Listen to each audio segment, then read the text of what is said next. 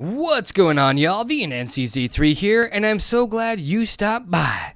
That's right, you Malakis. No one but you.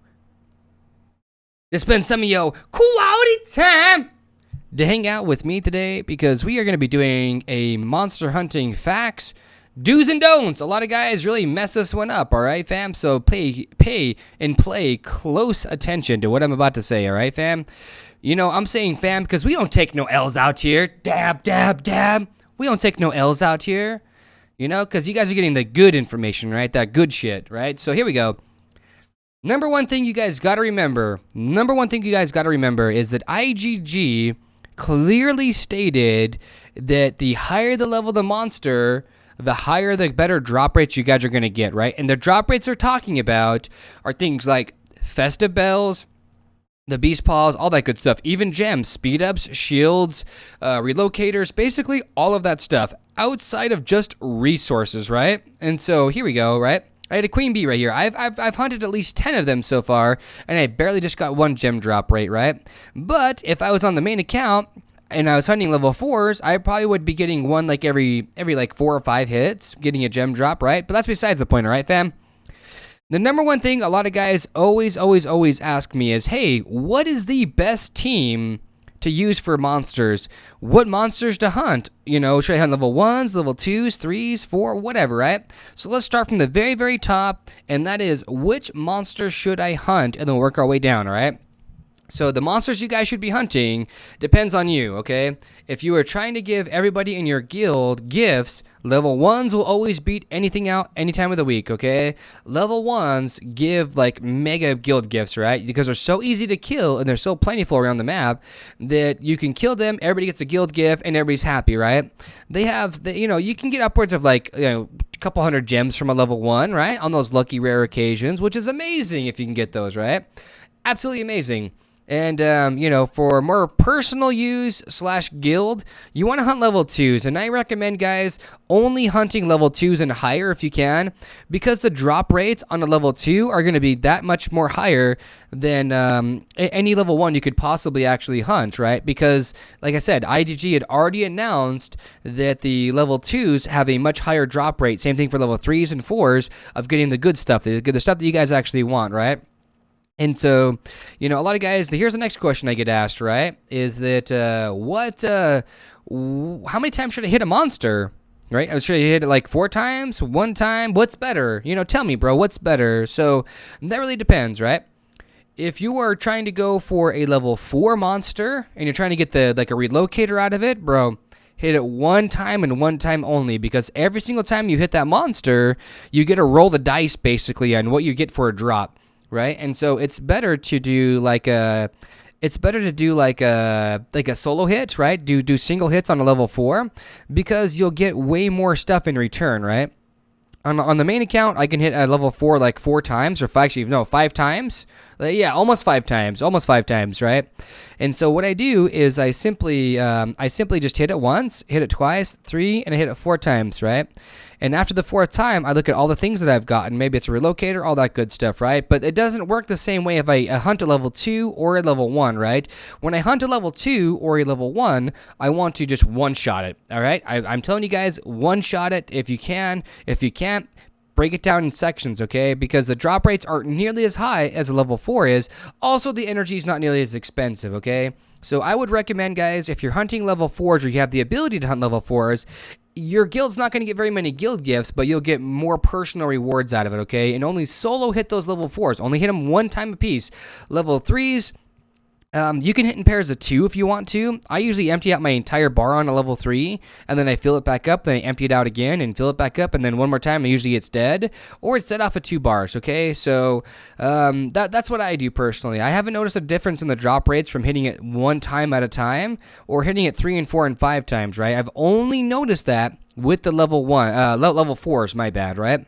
And so the other question I continuously get asked is, what heroes should I use? And so let me hook you up, guys. This is how I get all of my information, okay? This little I button right down here, this little I button right here. I know it requires some reading.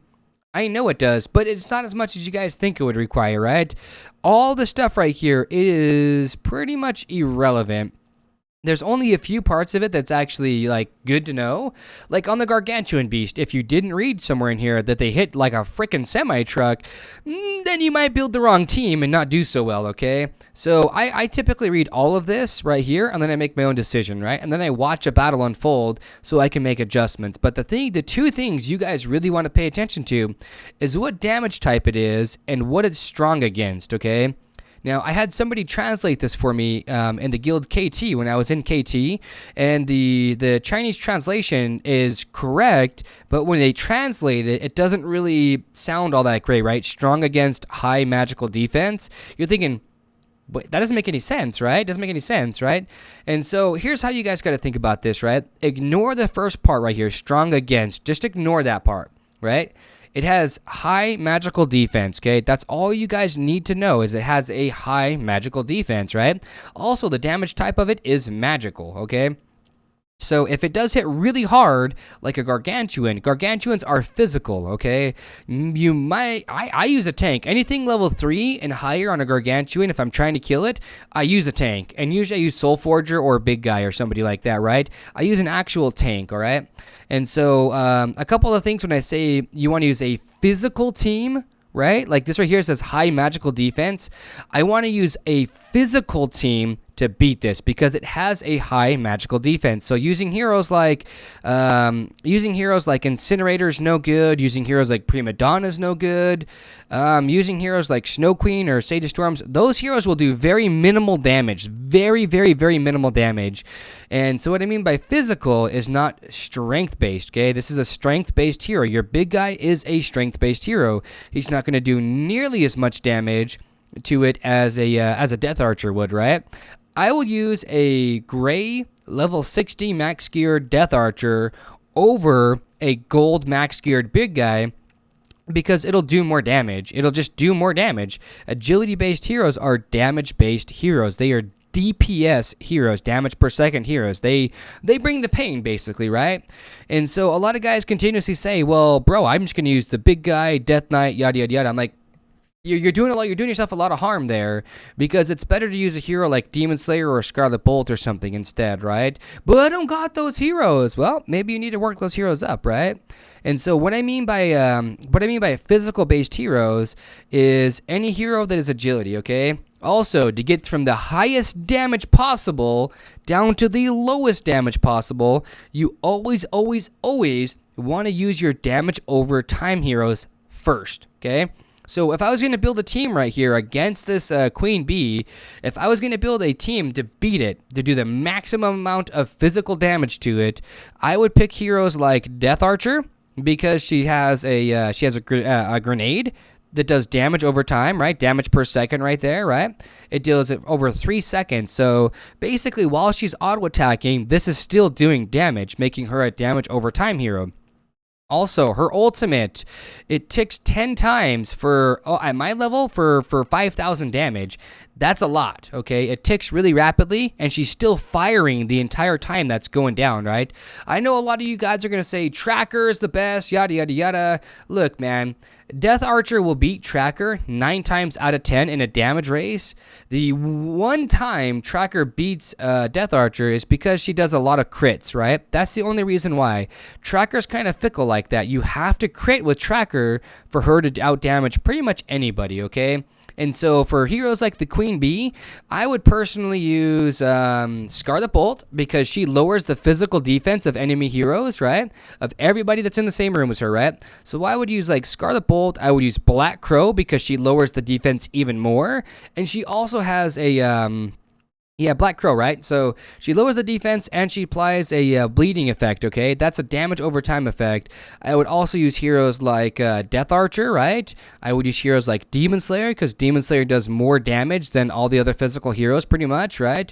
And I might use a hero like Shade as well because Shade does a lot of physical damage as well. Or Trickster or another hero like that. Or maybe the new guy, the, what's his name? Mr. Badger dude. I forget his name now all of a sudden, right? It eludes me. But anyways, what I'm trying to say here, fam, is when you see a hero or you see a monster like this that says physical and magical, right? It means that you have to use all your damage over time heroes. So for the paid skill, you would want to use somebody like Petite Devil, Incinerator, You know, for that, and then you'd want to use like Death Archer and Black Crow for your physical, and then, you know, any other damage over time hero will always excel you in damage, okay? And so, just a small recap, guys. If you're looking to get more guild gifts for your guild and support your guild more, hunt level 1s, bros. Hunt level 1s. Do not overkill the monsters, okay? Don't overkill a level 1 because the rewards are not any higher. I've tested it. I've sent out a times 20, I think it is, on a level 1, and it didn't give me any more rewards than like a times 2, right? I mean, I gave me slightly more rewards, okay, but it wasn't worth the full energy bar. Same thing goes for level 2s, okay? Don't overkill your monsters, right? If you're looking for more personal use / guild use, level 2s. If you're looking for more personal use / you're going to see what you can get, level 3s. But if you're all greedy as all hell can be, and a lot of guys are, bro, smack those level 4s, because those level 4s are going to have things like relocators on them. They're going to have mountains of gems. Like if you solo hit a level 4 from full to death, you can plan on getting quite a few drops from that. So hopefully it wasn't too confusing to you guys. Really, hopefully I wasn't. It's best to hit a level 4 one time at a time instead of 3, 4, and 5 times, right? Solo hit level 4s. I typically empty out my entire energy bar on a level 3. Level 2s, I usually hit 2 or 3 times, right? On a times 2 or a times 3. To kill it off, I get the loot. Same thing for level 1. I either do it on a times 1 or a times 2, and that's it. I try hard not to overkill my monsters, okay, guys? And yeah, hopefully that was educational enough for you guys. A lot of people don't do like I said there. They read something like this, the high magical defense, and then all of a sudden they start to use a bunch of magical heroes and then just naturally assume they're doing a really good job, and they're really not. Or they say physical, where's my big guy? He's physical, isn't he? That's not the kind of physical I'm talking about, fam. He's a strength-based hero. That's a tank, bro. And so a gold big guy will do less damage than a gray Death Archer, okay? Always remember that kind of stuff, guys. But on that note, though, guys, y'all know what I'm talking about, though. Love, peace, and chicken grease. Be safe. Thanks for stopping by and spending some of your quality time to hang out with me today. And, yeah, stay classy.